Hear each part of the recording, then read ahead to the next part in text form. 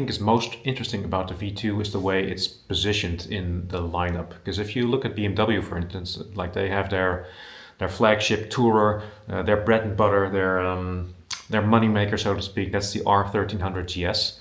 But there's just a full fat version of that. You can't, like, if you want that experience, like the comfortable ride, famous Boxer engine, you need to get the R1300. There's no cheaper, more affordable, get your foot in the door version of that. And the interesting thing with Ducati and their Multistradas is there is, because you have the V4, which is their flagship, and the V2, which offers a very, at least looking at it from the outside,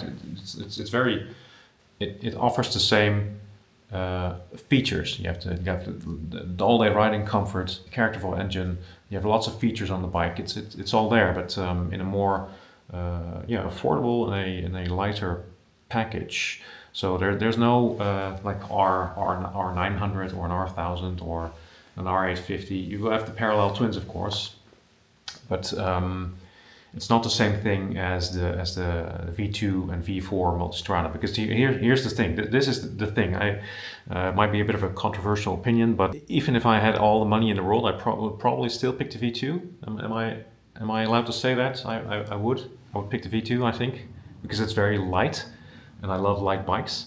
Like I have my old 1150 to travel on, but that thing is a pig. I think it's over 250 kilograms. This Multistrada V2 by comparison, it's a full 50 kilograms lighter. It is incredible, and it's fast too. It's really fast.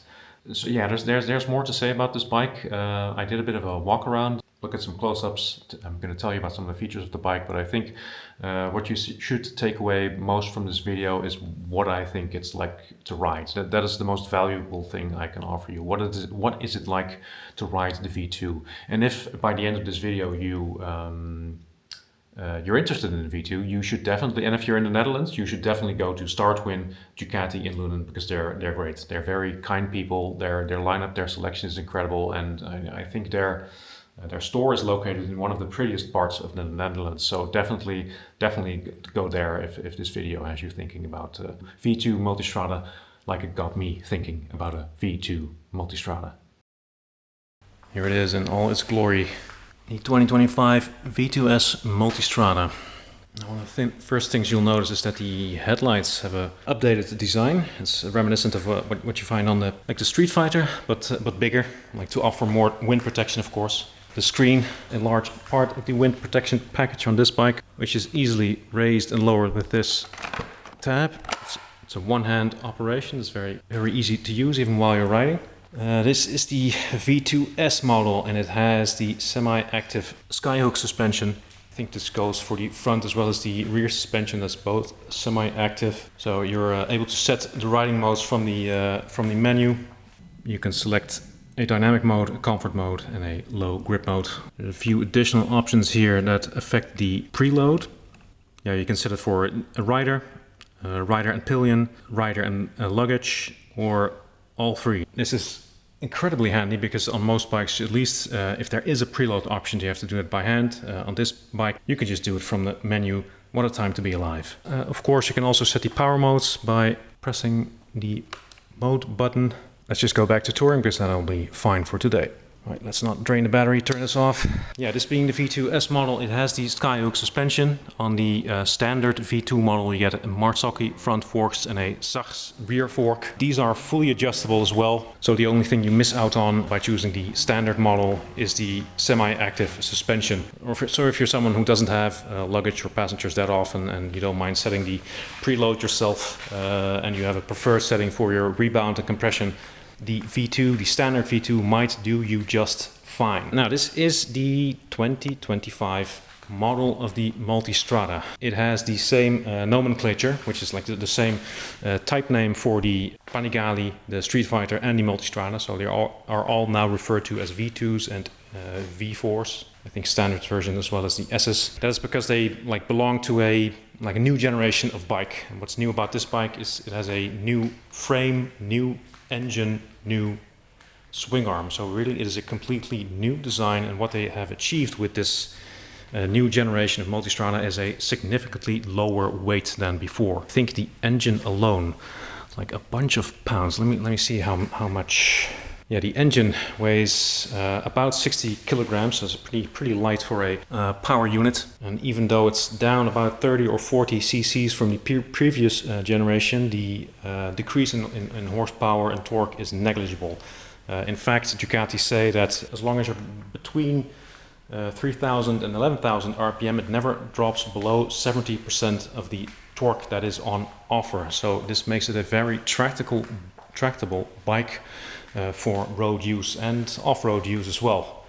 Something else they did with this engine is they fitted a slightly heavier flywheel to make sure that when you're in the lower RPM ranges, it is still well behaved, won't start chugging. This makes it a bit smoother. The funny thing is that the other touring bike I ride myself is my old BMW 1150 GS. That has a flywheel probably out of a windmill, very heavy, but even so, coming from that to this, keeping this in the workable ranges, it is very civilized in that sense. So that's probably a good choice to have done by Ducati to fit the heavier flywheel.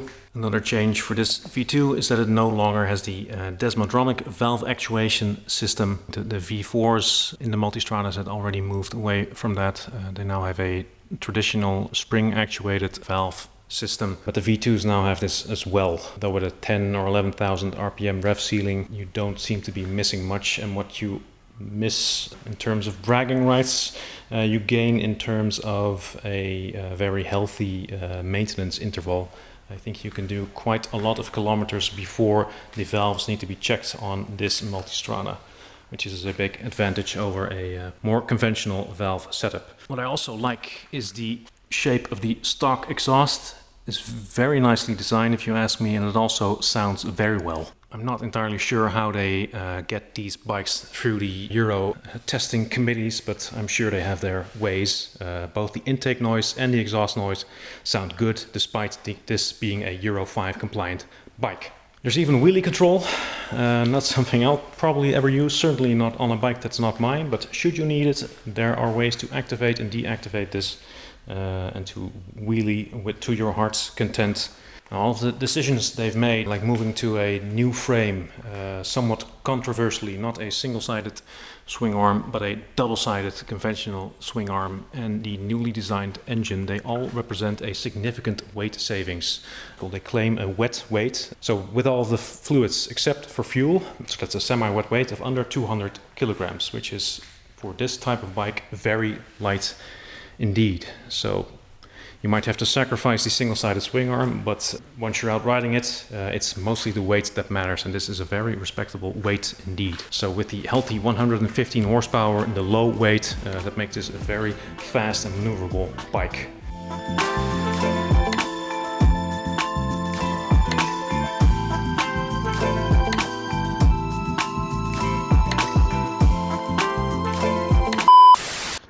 Right, let's make sure this backpack stays on. It is still 1,000,000 degrees and the humidity is off the charts, so it's a bit tough going today, but we will persevere. Alright, let's see. Fancy startup screen. My 1997 Buell does not have that. Let's see if we can get a bit of exhaust noise.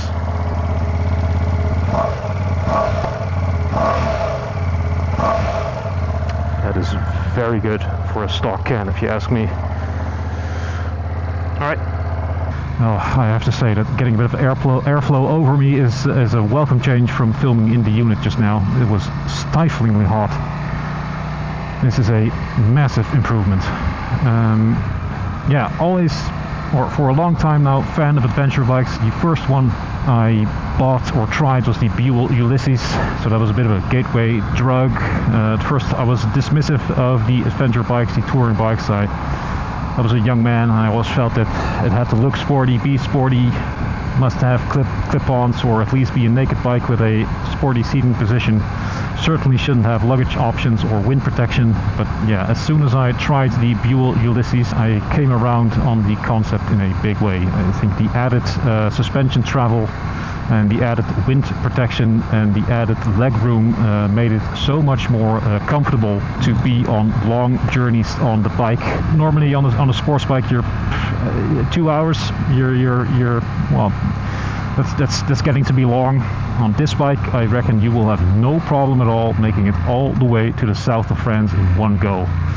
Probably could do it without stopping for fuel if the tank was big enough. Oh, this is beautiful. Just beautiful. So after the Ulysses, I got a GS 1150. Still love that bike, but this, of course, this is a different league of motorcycle.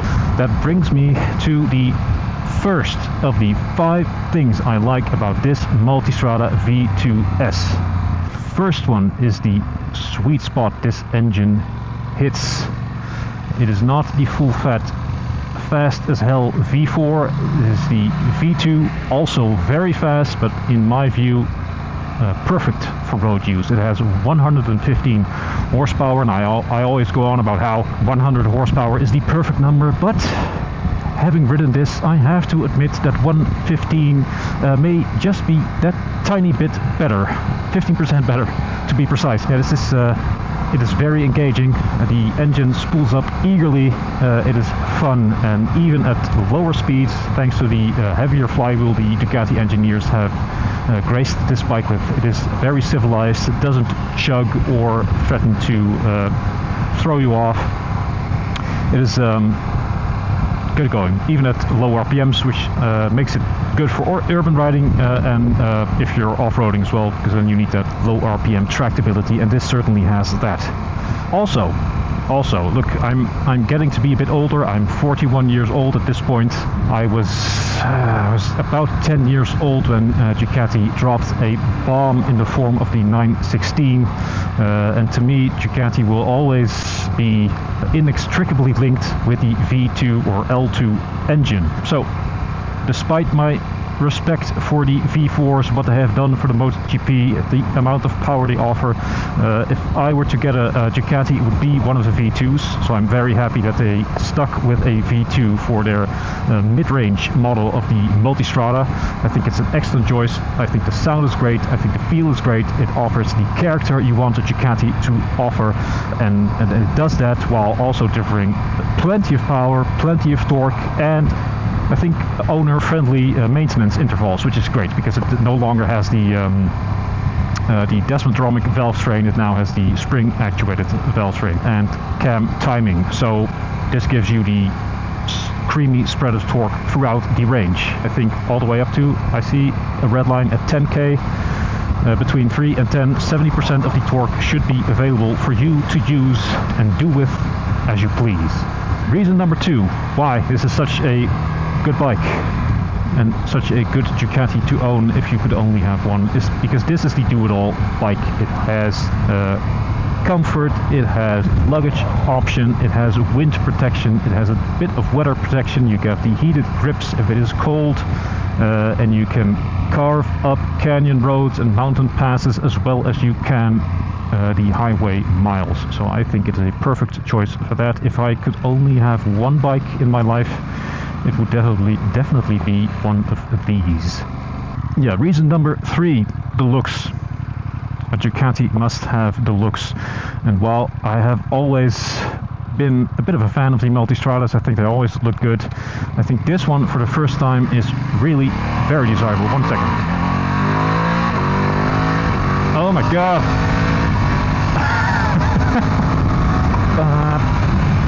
Holy shit, this is awesome. Wow. Yeah, that's crazy. That is crazy. Reason number 4, we're gonna take this off ramp. Oh, hell yeah.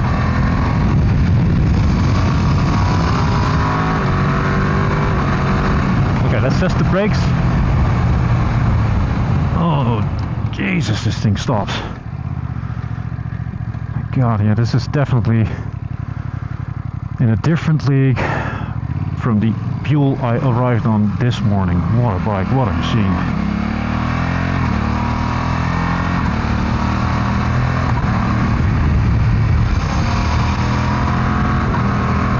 Another plus of adventure bikes, check it out. I'm gonna fucking yeah, speed bumps are not as much of an issue. Oh bike like this. Wow, wow, wow, what a machine.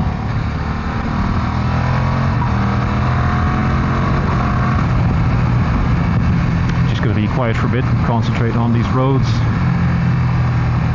Man, I really shouldn't do these things.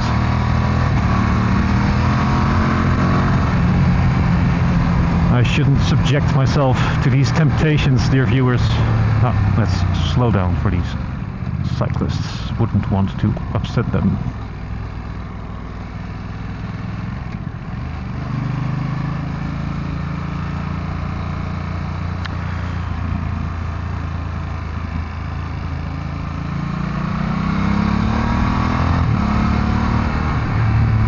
Wow, and it sounds so good. Really, I wouldn't even need a Termioni exhaust on this, or a Krapovic. The sound is just great. Maybe it's mostly intake noise, but it's very engaging. But I think the only reason why I would consider a less restrictive exhaust and air filter is because that also means getting an ECU, which cures some of the Euro 5 restrictions that are always placed on bikes like these, and I think from the factory they run a bit hot. I think by changing the mapping a bit, you do improve the life of the bike by having it not run as lean. No matter that the sound is perfect. My God, the sound is good.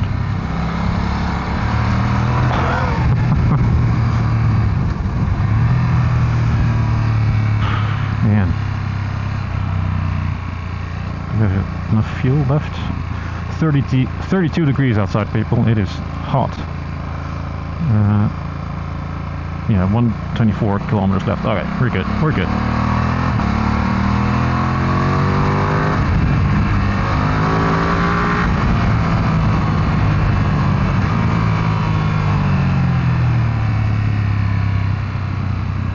I have no idea where this goes, whether this is a dead end, but we will find out, I suppose.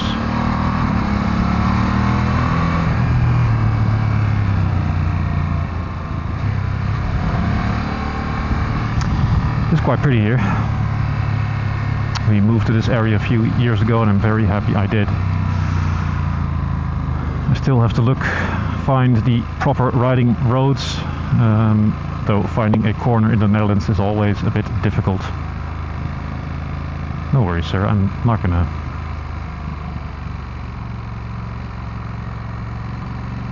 Oh, there. Maybe he didn't even hear me, so that's one advantage of having a bit of a louder pipe, though I would have annoyed him as well in that case, I think. So, win some, lose some. I see it'll happily sit at the lower RPMs without feeling like it doesn't want to. Yeah, 3K seems about right for this engine.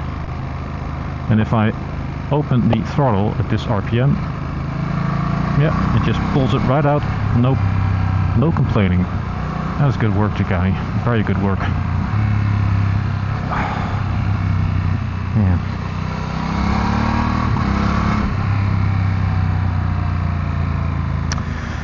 This gentleman also out enjoying the weather. 31 degrees, let's do a wave.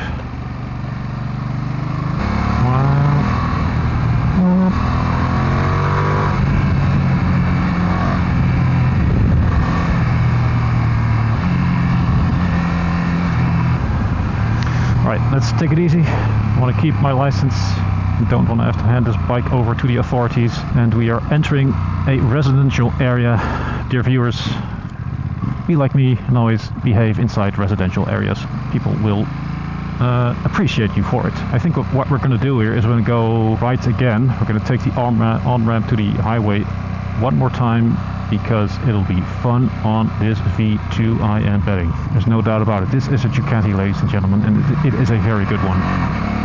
Okay, so I lost my train of thought a bit there. I think we have done 3 reasons at this point. The engine is perfect. It is the perfect kind of like category of bike. The adventure bike is, I love it, and if you are looking for an adventure bike, this is a very good one. Reason number 3, that was the looks. This Ducati looks fantastic. I think it is the best looking Multistrada yet, and even with the double-sided swing arm it still looks good, which brings me to reason number 4 on the topic of the swing arm, because the swing arm, that was a bit of a controversial matter. People lamented the loss of the single-sided swing arm, but the fact of the matter is that between the engine, the swing arm and the frame, Ducati have realized an enormous weight reduction compared to the previous generation. This bike is under, I think, wet without fuel, it is under 200 kilograms, and it is 40 pounds or 20 kilograms lighter than the previous generation, and you feel it. This bike is very manageable and civilized and light. Alright. God, a bike should always be light. It is a very difficult thing to achieve as an engineer, I think, especially with all the requirements that a modern bike has. All of it adds weight. And if you can have all of those systems on a bike, and if you can have all-day travel comfort, and you can have it at this weight point, my hat is off to you, Ducati.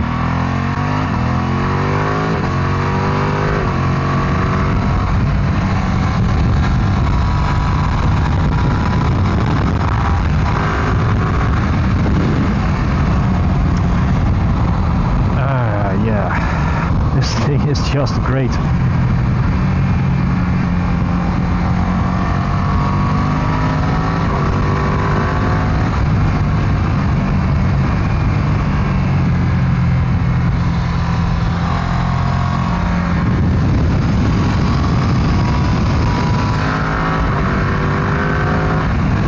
Try those brakes again.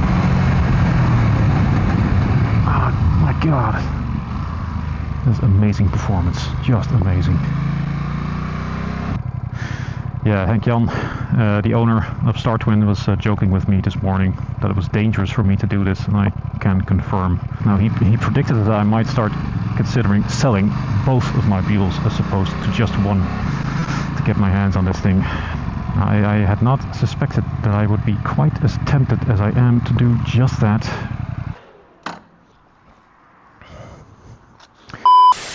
Come on, green light. I need some airflow. I'm dying over here. Yes, thank you.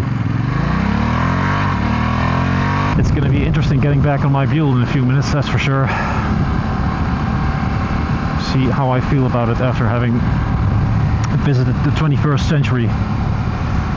Going back to the 20th, 30 years between those bikes, yeah, and you feel it, to be honest, you do. Something else that's nice about this bike is that like it has all of the same inputs. It has a throttle, it has a clutch, it has a brake pedal, it has a brake lever. Due to the level of refinement, it doesn't take as much conscious thought to manipulate these controls, so we can focus on the riding experience. I think that's what set this bike apart from my own older Buell or any other older bike. I think what Ducati has done here has created something that is like gets out of the way of you wanting to ride. The other day in my other video about my Buells, I said put me on this S1 and I'll bet I'll be able to keep up with anything. So I am not entirely sure whether I would be able to keep up with this. This is a weapon. This is a veritable weapon, no doubt about it. And with that, I'm going to leave you because it's time to hand this thing back into to Star Twin, to Henk-Jan. Again, massive thank you to them for making this bike available for me to use today. I love it and I love them for it. Thank you. This has been great, absolutely great. Thank you. Let's just enjoy this quick shifter one more time. All right, let's do it. Mwah, mwah, mwah, mwah, mwah, mwah. Very good. I see the Star Twin sign, ladies and gentlemen. It is over. It is over. I'm gonna park this thing, hand in the keys, and I'm gonna have to think about some things. See you later, guys.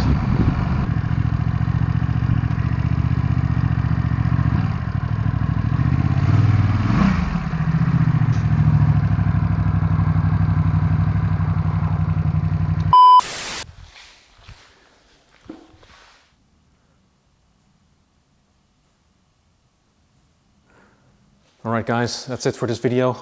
Let me know in the comments if you have any questions and if there's any other bikes you need me to look at, and I'll see what I can do. Until then, take it easy and thanks for watching.